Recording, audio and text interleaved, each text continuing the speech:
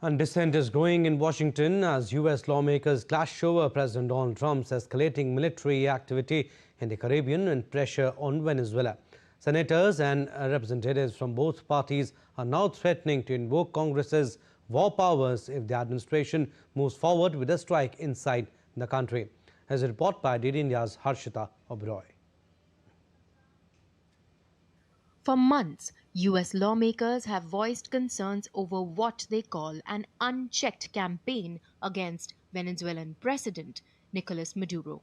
On Tuesday, Senators Tim Kaine, Chuck Schumer, Adam Schiff, and Rand Paul warned that unauthorized military action would be a dangerous and unacceptable step. A similar resolution in the House aims to block hostilities without congressional consent. Concerns have intensified following at least 20 U.S. strikes on suspected drug smuggling boats since September, which have killed more than 80 people, and reports that a second strike targeting survivors may violate international law. Meanwhile, U.S. Navy vessels and military jets were seen on Tuesday near Ponce, Puerto Rico. The show of force comes as the U.S. maintains pressure on Venezuelan President Nicolas Maduro, whose chances of a safe U.S.-mediated exit appear increasingly slim.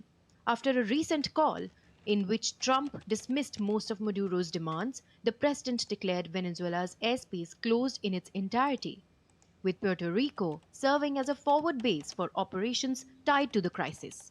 U.S. Secretary of War Pete Hegseth noted that strikes have been temporarily paused because drug smuggling vessels have become harder to locate, but emphasized that operations against traffickers will resume.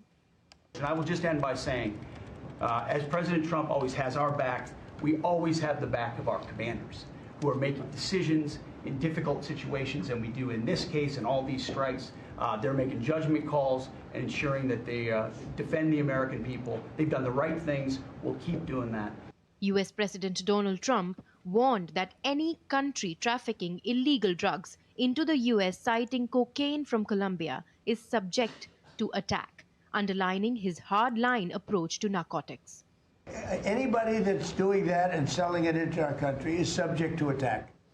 Amid this escalating tension, Pope Leo, the first U.S.-born pope, cautioned against military intervention, advocating dialogue and economic pressure instead. Harshita Oberoi for DD India.